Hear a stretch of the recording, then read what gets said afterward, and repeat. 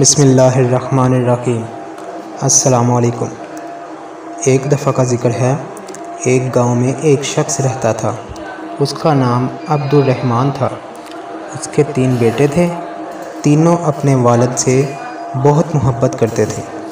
عبد الرحمن بھی اپنے بیٹوں سے بہت محبت کرتا تھا۔ ایک مرتبہ عبد الرحمن نے اپنے تینوں بیٹوں کو بلایا اور ان کو ایک سیب دیا اور کہا کہ اس سیب کو ایسی جگہ جا کر کھاؤ جہاں تمہیں کوئی دیکھ نہ رہا ہو۔ جو ایسا کرنے میں کامیاب ہو گیا میں اسے انعام دوں گا۔ تینوں بیٹے والد کو اللہ حافظ کہہ کر اور ان سے دعائیں لے کر گھر سے نکلے۔ دوسرے دن عبد الرحمن کے بیٹے کو بلایا اور باری باری سب سے پوچھا۔ سب سے پہلے بڑے بیٹے عبداللہ سے پوچھا، کیا تم اس کو ایسے جگہ کھانے میں کامیاب ہو گئے جہاں تمہیں کوئی نہیں دیکھ رہا ہو؟ عبداللہ نے جواب دیا، الحمدللہ ابو جان، میں نے وہ سیب ایک درخت کے پیچھے جا کر کھایا، وہاں مجھے کوئی نہیں دیکھ رہا تھا۔ پھر عبد الرحمن نے اپنے دوسرے بیٹے سے پوچھا، یوسف تم بتاؤ تم نے کیا کیا؟ یوسف نے کہا، بابا جان، میں نے وہ سیب کمرے میں بند ہو کر اندھیرا کر کے کھایا اور مجھے یقین ہے وہاں مجھے کوئی نہیں دیکھ رہا تھا۔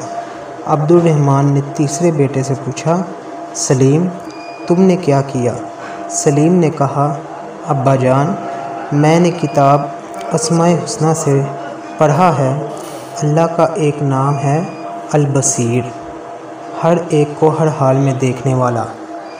میں نے بہت سوچا اور تلاش کیا لیکن مجھے کوئی ایسی جگہ نہ ملی جہاں میرا اللہ مجھے نہ دیکھ رہا ہو۔ اللہ تو ہر جگہ دیکھتے ہیں، اس لیے میں یہ سب نہ کھا سکا۔ عبد الرحمن اپنے سب سے چھوٹے بیٹے کی عقل مندی کر بہت خوش ہوا اور اس کو انعام دیا۔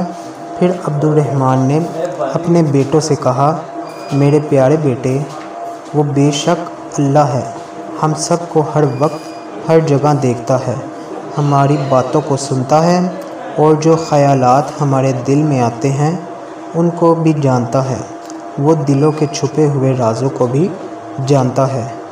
اللہ کی نافرمانی سے ہر وقت بچو اور اللہ کے سارے احکامات پر عمل کرو، جس پر اللہ تم سے راضی ہو جائے گا اور تمہیں دنیا میں راحت، سکون، اطمینان عطا کرے گا اور مرنے کے بعد ہمیشہ ہمیشہ کے لیے جنت میں داخل کرے گا، جہاں انسان جو چاہے گا وہ ہو جائے گا۔